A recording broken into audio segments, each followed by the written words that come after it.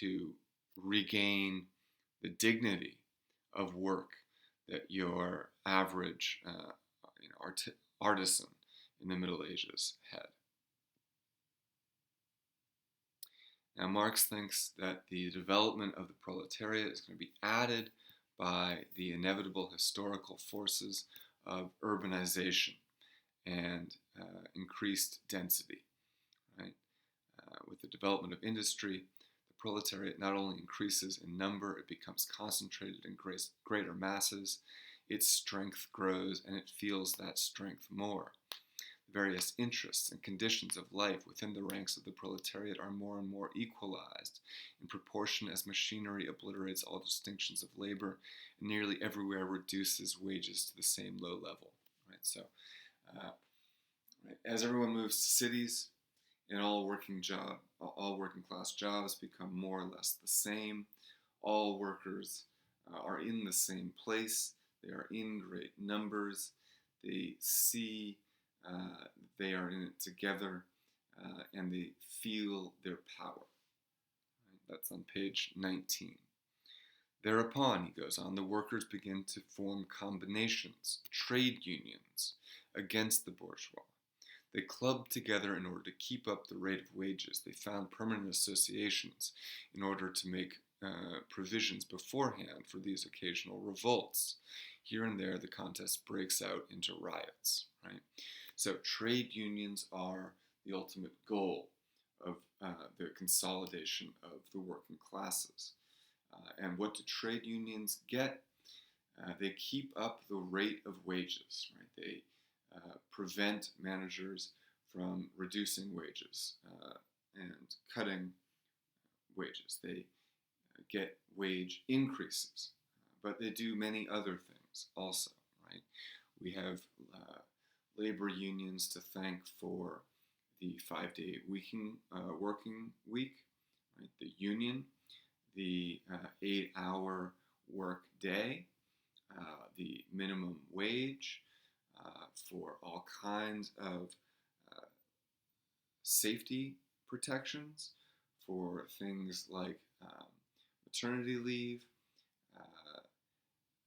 and pretty much any kind of protection that a worker has while on the job, and any kind of rights a worker has that are not constitutionally part of the original Constitution, we have labor unions to thank for. These unions, Marx says, and this is all on page 19, the last quote and this one. This union is helped on by the improved means of communication that are created by modern industry and that place the workers on different localities in contact with one another. Now, this is an interesting quote because, right, not only is it urbanization and the increase in density, but it's also the improved means of communication that are created by industry itself. And it is the industrialization and urbanization that strengthens these unions. And what Marx is getting at here is that this consolidation of the proletariat, of the working class, is an historical development. It is part of the inevitable unfolding of history based on material conditions heretofore.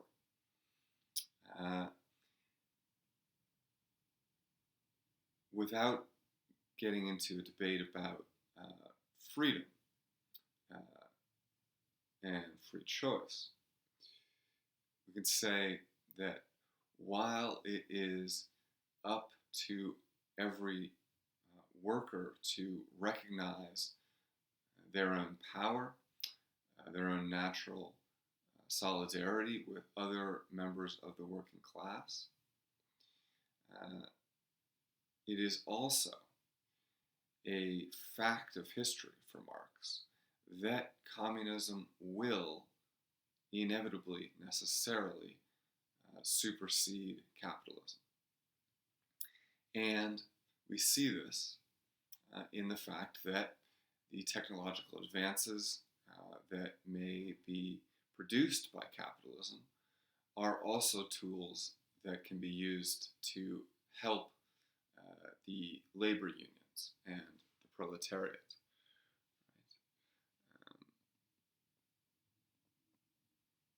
The ultimate goal, then, and what we might say capitalism is ultimately producing in the long run, is the global unification of the working class. The unification of all people as workers.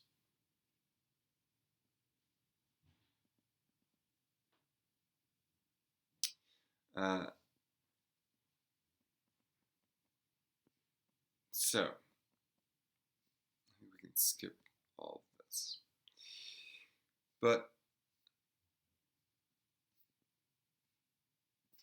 I want to mention one last thing and then we'll conclude, which is a connection back to Nietzsche.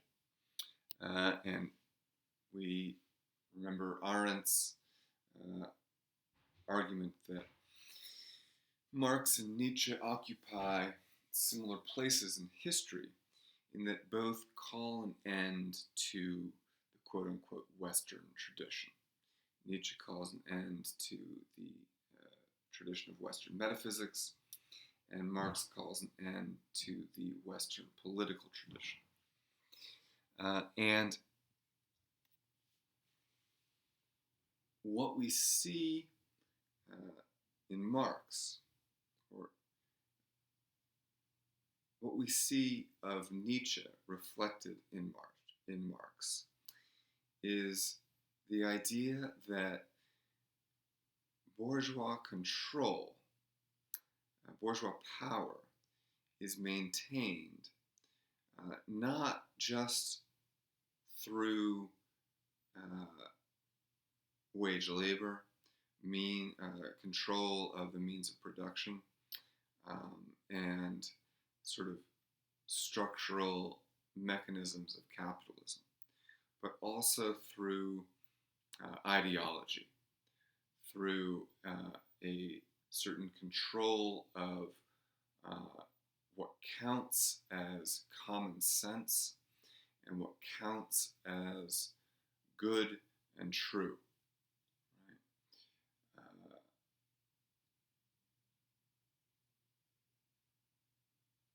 This is, well, so let's read, right? Marx says, law, morality, religion are, to him, the laborer who has realized his own true power, who has gained what Marx calls class consciousness, who has recognized that he is in a class war. To him, law, morality, religion are so many bourgeois prejudices, behind which lurk in ambush just as many bourgeois interests. So what counts as good and true, moral, religious, what is legal and just,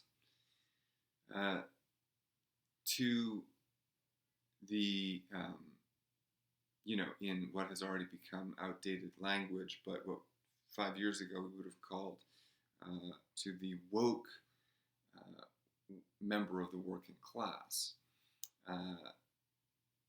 to the laborer who has gained class consciousness. Common sense, normative values, normative truths, socially accepted ideas of the good, the legal, the just, are in fact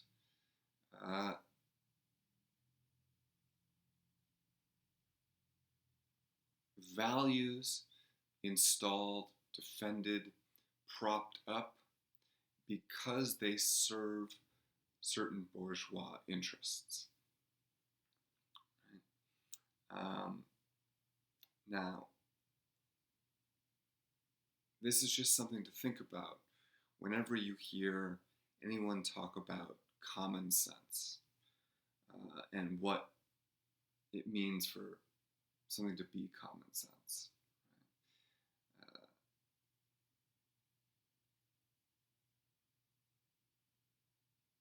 For example,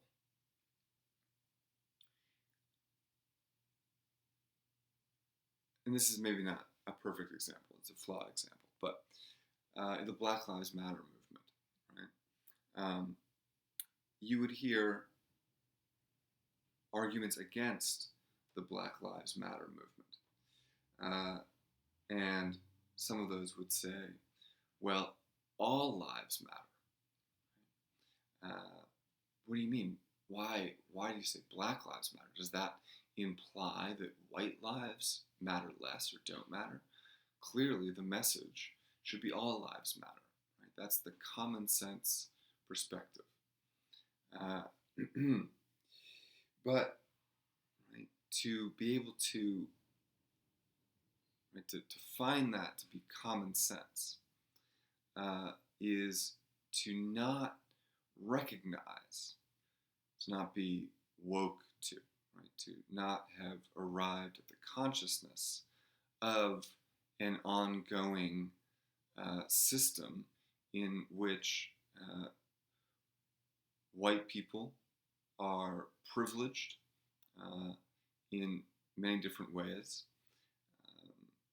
legally, socially, economically, and black people, African Americans, are continually underprivileged, disadvantaged, disenfranchised, and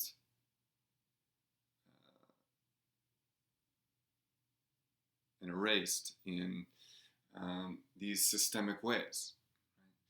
Right? Not just in systemic ways, but because they are systemic ways, in the ideology of what is common sense. So I hope you're to follow the connection there. But right, often what is common sense is that which willfully ignores this class conflict, or this class conflict that Marx is talking about, or a racial conflict that Black Lives Matter is talking about. Right? To say Black Lives Matter is to inject into a discourse that takes for granted as common sense the idea that white life is more valuable than black life. Right? It's to point out the unacknowledged and inherent, and in many cases, right, unintentional racial biases in